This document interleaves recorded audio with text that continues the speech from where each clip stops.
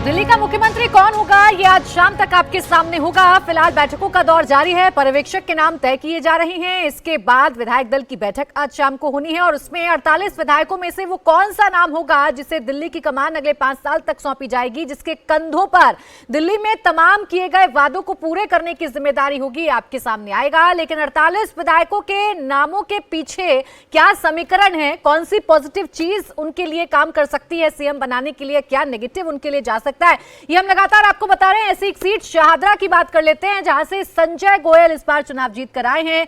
आपके जितेंद्र सिंह शंटी को उन्होंने चुनाव हराया। पूर्व स्पीकर रामनिवास गोयल यहां से विधायक थे। केजरीवाल ने स्पीकर का टिकट काटा, बीजेपी से आए शंटी को टिकट दिया था। लेकिन संजय गोयल जो पिछली बार चुनाव हारे, उन्होंने इस बार फिर से इस सीट पर मेहनत की और कमल खिलाने में कामयाब हो पाए। अब क्या उनकी ये कामयाबी उन्हें सीएम के कुर्सी तक पहुंचा पाएगी दीपक जी, या इंतजार करना पड़ेगा? मुझे नहीं लगता कि संजय गोयल का कोई ऐसा नाम है जो उनको मतलब आप इसकी बात कर रही हैं मुख्यमंत्री की, मुझे नहीं लगता कि वो कोई ऐसा नाम है जिसको मंत्री परिषद के बारे में जिसको कंसिडर किया जाए।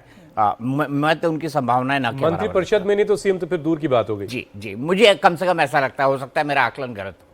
विक्रांत जी आप क्या देख रहे हैं? बिल्कुल जो दीपक जी ने कहा, मुझे लगता ही नहीं है कि मंत्रिमंडल में भी उनको शामिल करने का कोई ऐसा मौका, क्योंकि बीजेपी के पास वैसे अगर चेहरा देखा जाए तो उनसे कई बड़े चेहरे बीजेपी के पास हैं और कोई ऐसा समीकरण नहीं बैठता जिसके वो देखते हुए संजय जी को मंत्रिमंडल का हिस्सा बनाया जाए। नहीं, अगर चौंकाना हो तो वो तो फिर से मुख्यमंत्री भी बना सकते हैं। वो तो बिल्कुल बीजेपी के पास तो किसी तरह का दबाव है ही नहीं, वो तो फिर मुख्यमंत्री भी बना सकते हैं।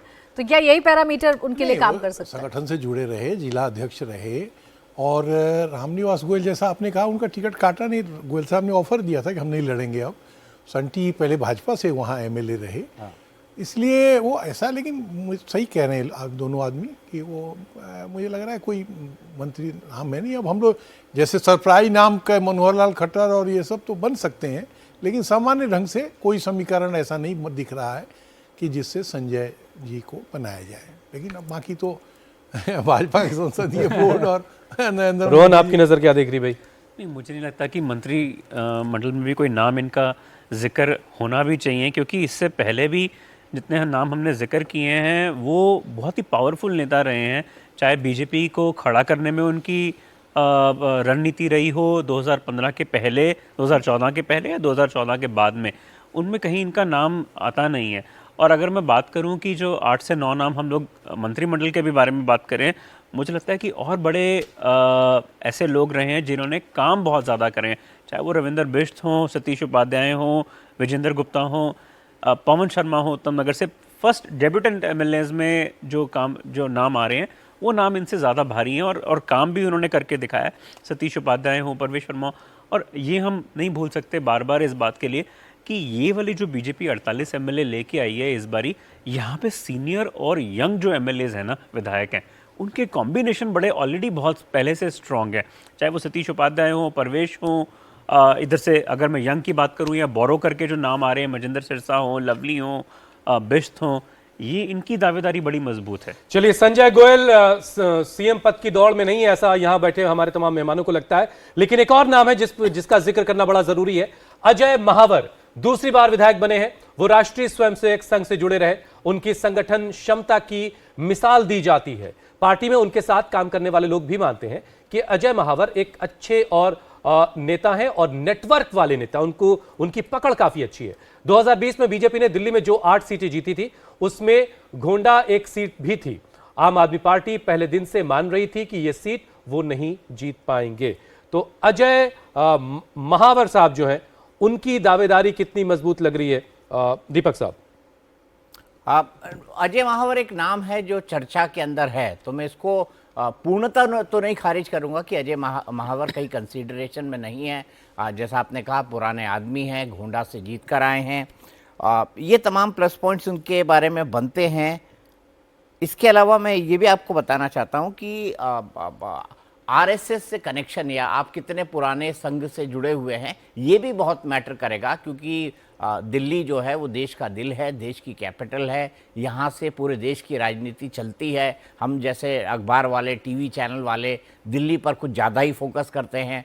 तो मेरे ख्याल से इन तमाम चीज़ों को देखते हुए एक ऐसा इंसान जरूर होगा जो आरएसएस और बीजेपी संगठन और सरकार तीनों के बीच, और चौथा केंद्र सरकार, और पांचवा एमसीडी, क्योंकि अप्रैल में आके मेयर भी भारतीय जनता पार्टी का बन जाएगा, इससे कोऑर्डिनेशन रखकर चल पाए। तो आपने कहा कि अजय महावर की ऐसी कुछ ताकतें हैं, तो नाम उनका चर्चा में जरूर है। बन जाएंगे नहीं बन जाएंगे, इसके बारे में मेरी टिप्पणी इतनी है कि बाकी लोगों में वो थोड़ी कमजोर कड़ी है। क्या नेगेटिव पॉइंट्स आप देख रहे हैं मनोज जी? नहीं, नेगेटिव पॉइंट यही है कि कोई इस तरह का कोई प्रदेश स्तर पर, मतलब मेरी जितनी जानकारी है, प्रदेश स्तर पर उनकी अलग से कोई अलग छवि नहीं है। संगठन करता है, संघ से जुड़े रहे, लेकिन कोई ऐसी दोबारा जीते। असल में गोंडा सीट भी है, नाम गोंडा सुनने से लगता है, लेकिन वो प्रो बीजेपी वाली सीट इसलिए है कि यमुना बिहार का पूरा हिस्सा उसके साथ जुड़ गया है। गोंडा तो अपने आप में एक गाँव है, तो उस गाँव के पास कुछ अनऑथराइज कॉलोनियाँ हैं, वोटर हैं निश्चित रूप से पूर्वांचली, ये भी पूर्वांचली हैं, लेकिन उस तरह की छवि इनकी जो प्रदेश स्तर पर बन जानी चाहिए। जैसे पहले जो नाम हम लोगों ने 2-4 चर्चा किए, इवन मेरा मानना है कि अभय वर्मा से भी कम लोकप्रिय नाम इनका है। तो इसलिए बनने के लिए बन सकते हैं, मतलब कोई कारण दे के मुख्यमंत्री बनाएंगे और हम जाके नरेंद्र मोदी से पूछेंगे कि आपने नहीं, इस सवाल को ऐसे घुमा देते हैं कि कम लोकप्रिय वाला नेता अगर चुनना हो तो ये सटीक बैठेंगे। हाँ, बन सकते हैं। अब भगत सिंह कोश्यारी, अभी एक नाम मुझे दिमाग में बार बार घूम रहा था कि वो ठेठ संघ के प्रचारक, राजनीति से कोई लेना देना नहीं, वो राज्यसभा में आए, मुख्यमंत्री बने उत्तराखंड के, और बाद में भी उनका रहन सहन गवर्नर बने महाराष्ट्र के। आज भी वो उसी तरह से रहते हैं जैसे प्रचारक रहते हैं। तो वो अब भाजपा नेतृत्व तय करे, संघ करे, लेकिन मुझे लग नहीं रहा है कि ऐसी कोई कंसीडर मंत्री के लिए भी उनका होगा। चलिए, दिल्ली पूर्व की एक और सीट है त्रिलोकपुरी। रविकांत वहां से जीत कर आए हैं, पहली बार विधायक बने, बिल्कुल फ्रेश फेस। रविकांत के ने आम आदमी पार्टी की अंजना पर्चा को हराया है और दलित समाज से वो आते हैं। तो रविकांत की दावेदारी विक्रांत जी कितनी मजबूत लग रही है आपको? कोई गुंजाइश उनके लिए है क्या? बिल्कुल फ्रेश फेस है। ऐसी सीट से तो जीत कर आए हैं, और एक उनकी दावेदारी इस बात पे तो बनती है कि वो 48 जीते हुए विधायकों में से हैं, और बीजेपी अगर सोच ले कि दलित विधायकों में से ही किसी को बनाना है, क्योंकि इस बार चुनाव से पहले ये भी कहा जा रहा था कि बीजेपी के लिए करीब 20 सीटें बहुत मुश्किल हैं, जो एससी सीटें हैं और जो मुसलमान सीटें हैं। उसमें से भी जो दलित सीटों पर अब जो जीत के आए हैं, निश्चित तौर पर एक आदमी मंत्री तो जरूर बनेगा, जो मुझे लगता है मंत्रिमंडल में। तो उस लिहाज से उनकी दावेदारी हो सकती है, और पार्टी जरूर सोच रही होगी एससी कोटे से जिसको मंत्रिमंडल में शामिल करने के लिए। लेकिन मुझे लगता है कि मुख्यमंत्री के चेहरे पर, क्योंकि दूर से भी देखने में और करीब से भी ये साफ दिखाई देता है कि बीजेपी को इस बार बिना किसी दबाव के अपनी सरकार बनानी है, और बीजेपी की जो चुनौतियां हैं उसे देखते हुए बीजेपी के दिमाग में कहीं ये कंसिडरेशन नहीं होगा कि किस क्लास, किस सेक्शन से यह आदमी आता है। कई और चीजें बीजेपी सोच रही होगी। तो मुझे उस पैरामीटर पर शायद मुख्यमंत्री के लिए ये नाम नहीं दिखाई देता। अच्छा, केजरीवाल पॉइंट ऑफ व्यू से अगर दीपक जी सोचें, केजरीवाल भी तो ये अभी से सोचकर बैठे होंगे ना कि जैसे ही मुख्यमंत्री का नाम आएगा, तैयारी कर ली होगी उन्होंने। अभी तक तो मीडिया के सामने बहुत नहीं आ रहे हैं, लेकिन आगे की कुछ तो रणनीति बना रहे होंगे। तो क्या उन्हीं को चौंकाने के लिए ऐसा कोई नाम बीजेपी ला सकती है? मुझे नहीं लगता केजरीवाल को इस नजरिए से देखा जाएगा कि एक ऐसा नेता दिल्ली के अंदर आए।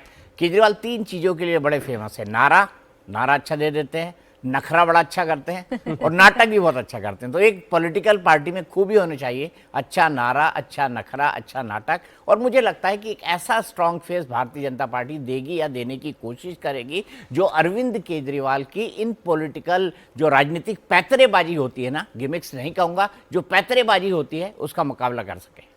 तो 48 विधायकों में से किसकी लॉटरी खुलेगी आज शाम को तय हो जाएगा। लेकिन फिलहाल चलते हैं देवेंद्र पराशर के पास, जो इस वक्त ठीक वहां मौजूद हैं जहां पर बीजेपी पार्लियामेंट्री बोर्ड की बैठक चल रही है। देवेंद्र, कुछ अपडेट है आपके पास?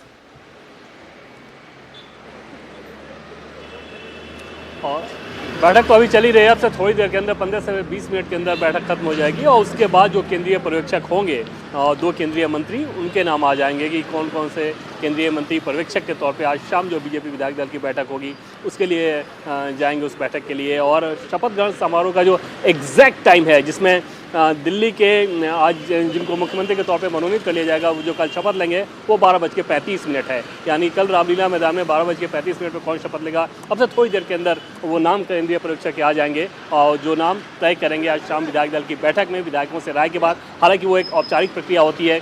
7 में प्रधानमंत्री नरेंद्र मोदी पार्टी के सभी नेताओं से फीडबैक लेने के बाद जिस नाम पे मुहर लगा देंगे, बीजेपी के राष्ट्रीय अध्यक्ष जेपी नड्डा के साथ बातचीत करने के बाद वही नाम फाइनल रहेगा। और उस लिहाज से तब तक हर नाम के प्रोज एंड कॉन्स को लेकर चर्चा चलती रहेगी। लेकिन फिलहाल अभी हमें इंतजार है केंद्रीय पर्यवेक्षकों के नाम का, तो अब से थोड़ी देर के अंदर जब ये बैठक खत्म होगी तो वो नाम साफ हो जाएगा। बिल्कुल देवेंद्र, 48 विधायकों की प्रोफाइल के बारे में हम चर्चा कर रहे हैं, अपने दर्शकों को बता रहे हैं कि उनके फेवर में क्या जा सकता है या उनके नेगेटिव पॉइंट में क्या जा सकता है। लेकिन अरविंद केजरीवाल कितने बड़े फैक्टर हो सकते हैं देवेंद्र? क्या उनको भी ध्यान में रखते हुए, उनकी राजनीति को ध्यान में रखते हुए कोई स्ट्रॉन्ग फेस सामने लाया जा सकता है? स्ट्रांग नहीं, उस फैक्टर को जो ध्यान में रखा जाएगा वो ये प्राची कि बहुत ईमानदार व्यक्ति होना चाहिए, बहुत सहज होना चाहिए, ये ज़रूर रहेगा। क्योंकि बीजेपी को बखूबी मालूम है कि अरविंद केजरीवाल ने 10 साल अगर सिस्टम चलाया है तो भले ही उनकी अब सत्ता नहीं रही, लेकिन सिस्टम में उनके लोग रहेंगे और वहाँ पर कोई भी गलती अगर हो तो फिर अरविंद केजरीवाल उस मौके को चूकेंगे नहीं और तिल का ताड़ बनाने की कोशिश भी करेंगे। तो वैसे में बीजेपी के लिए एक बड़ी चुनौती होगी कि ऐसी छवि के व्यक्ति को मुख्यमंत्री के तौर पर सामने लेके आना जहाँ पर जीरो एरर की गुंजाइश हो, ताकि अरविंद केजरीवाल को कोई मौका ना मिले उस रूप में प्रेस कॉन्फ्रेंस करने का। अगर आम आदमी पार्टी को खत्म करना है बीजेपी को, तो उनको पता है कि सबसे बड़ी रणनीति ये होगी कि आपको उनको मीडिया बाइट से, मीडिया चकाचौंध से उससे दूर करना होगा। उनको ऐसे इशूज़ नहीं देने होंगे जिसके आधार पर वो प्रेस कॉन्फ्रेंस करें, कम्युनिकेशन करें। कम्युनिकेशन करना अरविंद केजरीवाल की एक बड़ी खासियत है, बहुत शानदार और इंप्रेसिव अंदाज में अपनी बात वो कह देते हैं। अगर वो गलत बात भी कह रहे हैं और सत्य का भी सहारा ले रहे हो तो इतने कन्विंसिंग अंदाज में कहते हैं कि बड़ा हिस्सा एक हो सकता है कि उस बात को समझने लगे। तो वहाँ पर बीजेपी के लिए ये ज़रूर चुनौती रहेगी कि मुख्यमंत्री ऐसा हो जो कि इसको पूरी तरीके से न्यूट्रलाइज कर सके। वो ज़रूरी नहीं है कि वो बड़ा नाम ही हो, ये भी संभव है कि वो इतना सहज और आसान सा नाम हो जिसके खिलाफ कोई बात वो कह ही ना पाए और इस तरह के नैरेटिव के सहारे बीजेपी आगे जाए, ताकि काम बोले, ना कि चेहरा वर्सेस चेहरा की लड़ाई आगे चले। काम पे ज़रूर फोकस रहेगा। जैसे आगे आपने देखा कि अभी सरकार का गठन नहीं हुआ, लेकिन ऑलरेडी यमुना में काम शुरू हो गया है। बीजेपी को मालूम है कि परफॉर्मेंस आपको काम के ही आधार पर देना होगा, क्योंकि बीजेपी की कोशिश रहती है कि जिस राज्य में भी एक बार वो सत्ता में आ जाए फिर उसे अपने हाथ से ना जाने दे, और दिल्ली उस हिसाब से एक बड़ा चैलेंज ज़रूर रहेगा।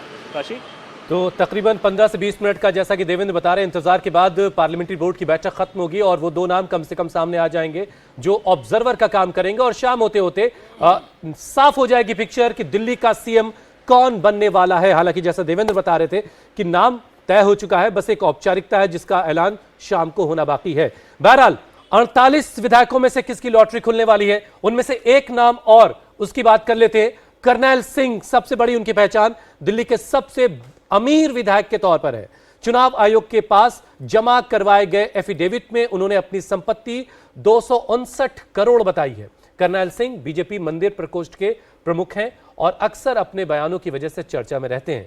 साल 2025 के दिल्ली चुनाव में उन्होंने आम आदमी पार्टी के पूर्व मंत्री सत्येंद्र जैन को 21,000 वोटों के अंतर से हराया है। अब शकूर बस्ती से जीत हासिल की है। कितनी आप दीपक संभावना देख रहे हैं, कितनी गुंजाइश है करनैल सिंह के लिए? मुझे नहीं लगता बहुत ज़्यादा गुंजाइश है, क्योंकि करनैल सिंह एक ऐसे व्यक्ति हैं जिन्होंने सत्येंद्र जैन को हराया, निसंदेह बात है।